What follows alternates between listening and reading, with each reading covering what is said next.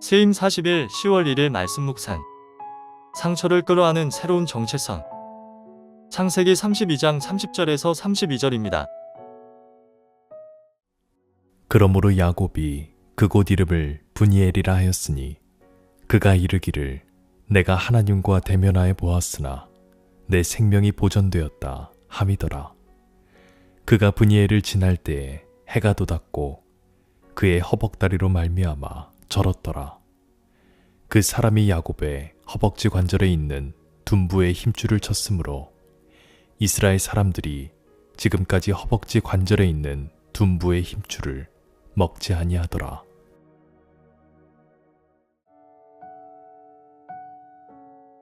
할렐루야. 창세기에는 이스라엘 민족이 세워지는데 중요한 역할을 했던 믿음의 조상들인 아브라함과 이삭과 야곱의 이야기가 나옵니다. 3대에 걸친 믿음의 역사를 살펴보면 그들이 어떻게 하나님과 관계를 맺고 영적 성장을 이루고 이스라엘 민족의 신앙의 기틀을 이루었는지를 알 수 있습니다.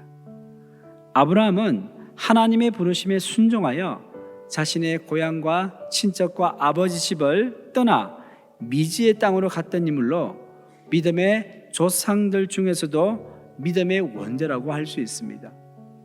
이삭은 청소년 시기 모리아산에서 자신을 번제로 하나님께 드리려고 했던 아버지 아브라함의 뜻에 순종하여 자신의 목숨을 내어놓았지만 결과적으로 죽지 않고 오히려 하나님의 살아계심을 경험했습니다.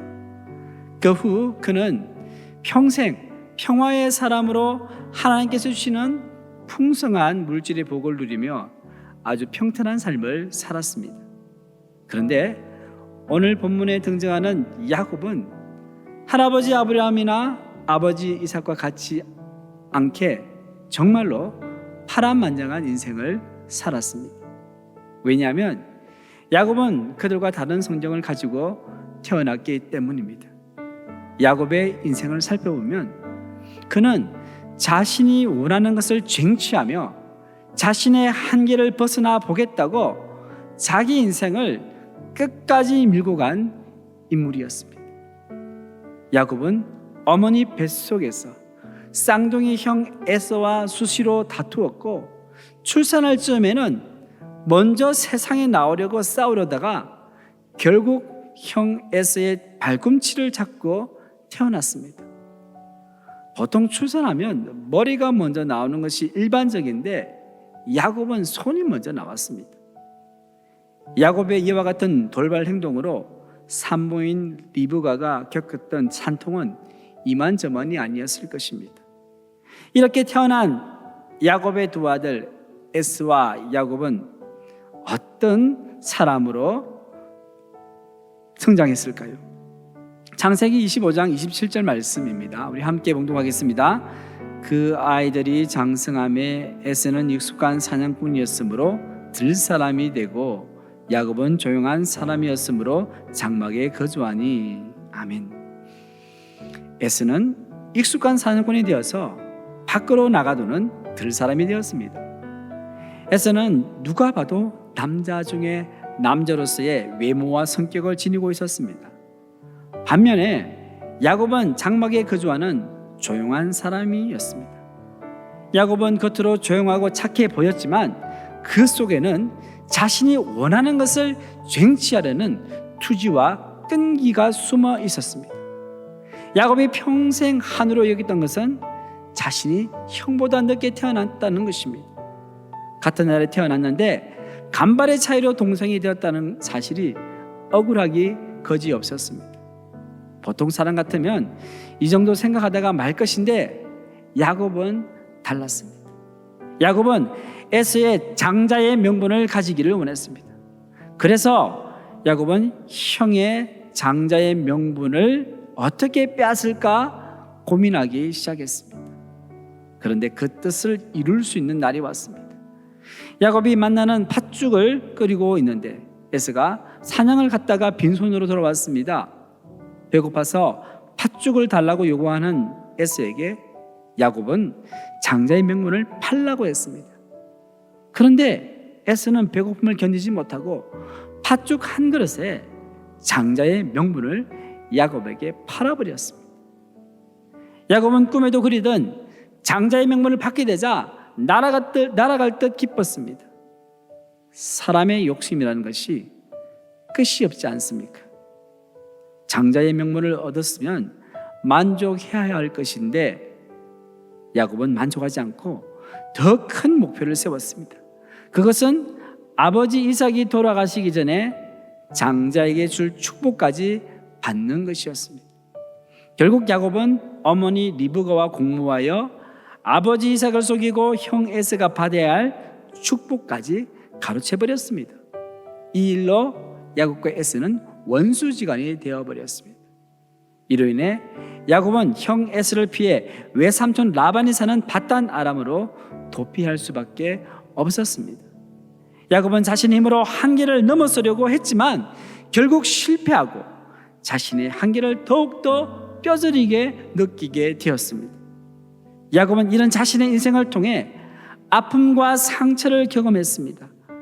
야곱은 외삼촌 라반의 집에서 20년 동안 열심히 일해서 대가족을 이루었을 뿐만 아니라 큰 부자가 되었습니다. 그는 때가 되어 고향인 가나안 땅으로 돌아가려고 했습니다. 고향으로 돌아가려고 할 때 가장 마음에 걸리는 사람이 누구였을까요? 그렇습니다. 형 에서였습니다. 야곱은 언젠가는 한 번은 만나서 화해를 해야 했기 때문에 먼저 에서에게 사자들을 보냈습니다. 에서를 만나고 돌아온 사자들의 보고는 충격적이었습니다. 그것은 에서가 장정 400명을 거느리고 야곱에게로 오고 있다는 소식이었습니다. 야곱은 큰 두려움에 휩싸이게 되었습니다. 창세기 32장 7절 말씀을 우리 함께 봉독하겠습니다. 야곱이 심히 두렵고 답답하여 자기와 함께한 동행자와 양과 소와 낙타를 두 떼로 나누고. 아멘. 야곱은 두려움 가운데 형 에서의 공격에 가족과 재산을 지키기 위해서 자신의 재산과 가족을 두 떼로 나누게 했습니다. 그리고 하나님께 기도하기 시작했습니다. 창세기 32장 11절 말씀입니다. 함께 봉독하겠습니다. 내가 주께 간구하오니 내 형의 손에서 에서의 손에서 나를 건져내시옵소서. 내가 그를 두려워함은 그가 와서 나와 내 처자들을 칠까 겁이 나기 때문이다. 아멘. 야곱은 하나님께 간곡히 기도했지만 마음의 평화가 찾아오지 않았습니다. 그러자 야곱은 형 에서에게 보낼 예물을 택하여 여러 때로 나누어 보냈습니다.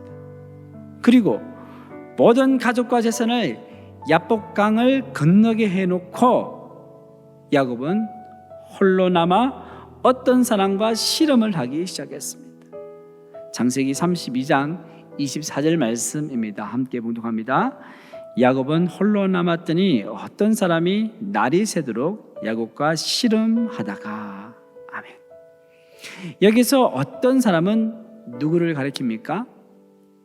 성경에서는 누구인지 분명히 말하고 있지는 않습니다. 창세기 32장의 문맥의 흐름을 볼 때 하나님의 천사라고 해석할 수 있습니다. 야곱은 목숨 걸고 천사와 씨름을 했습니다. 천사가 야곱을 상대로 씨름하는데 아무리 해도 이길 수가 없는 것입니다. 그래서 천사는 날이 새기 전에 씨름을 끝내려고 야곱의 허벅지 관절을 세게 내리쳤습니다. 그러자 야곱의 허벅지 관절이 어긋나고 말았습니다. 그런데도 야곱은 필사적으로 천사를 붙잡고 놓지 않는 것입니다. 그러면서 야곱은 천사를 향해 자신에게 축복하지 않으면 절대로 놓지 않겠다고 소리쳤습니다. 그때 천사는 야곱의 이름을 바꾸어 주었습니다. 창세기 32장 28절 말씀을 함께 봉독하겠습니다. 그가 이르되 내 이름을 다시는 야곱이라 부를 것이 아니요 이스라엘이라 부를 것이니 이는 내가 하나님과 및 사람들과 겨루어 이겼음이니라. 아멘. 이스라엘의 뜻은 하나님과 겨루어 이긴다는 뜻입니다. 하나님과 겨루어 이긴다는 것이 인간이 하나님을 대항해 이긴다는 말일까요?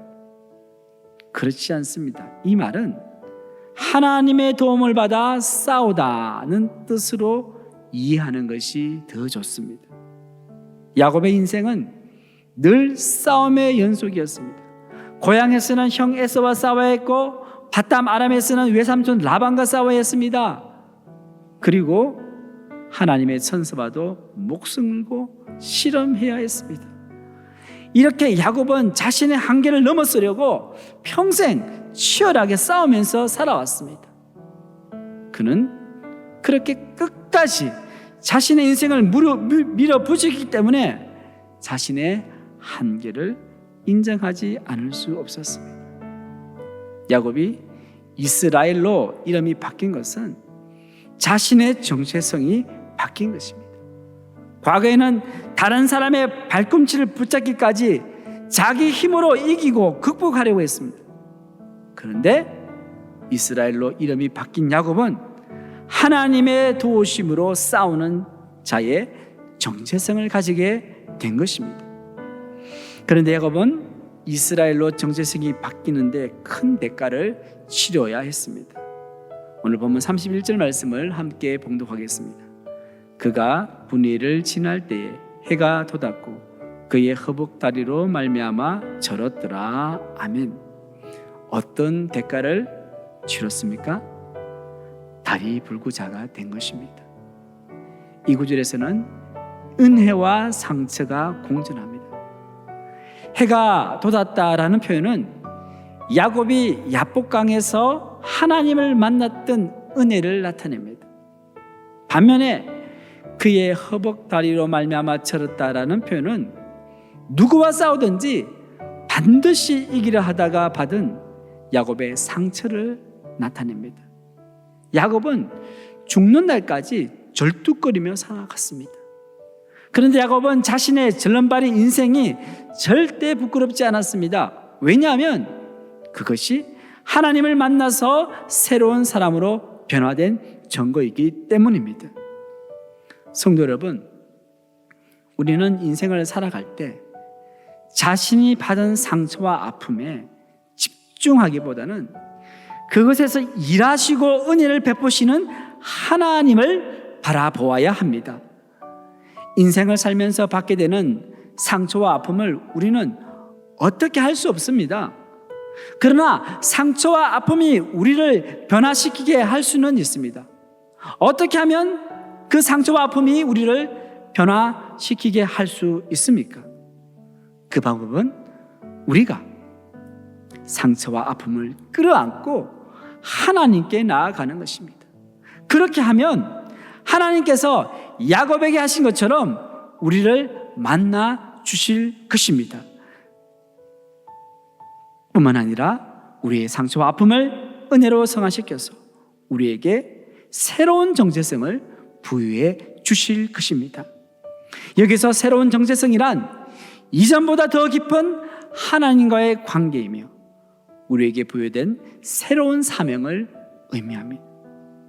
상처와 아픔은 우리 인생에게 있어서 아주 썬 쑥과 같이 힘들고 어렵지만 그것을 끌어안고 하나님께 나아갈 때 우리는 상처 입은 별이 되어 반짝이게 될 것입니다. 이와 같은 놀라운 은혜와 변화의 역사가 우리 모든 성도님들 가운데 있기를 주님의 이름으로 축원합니다.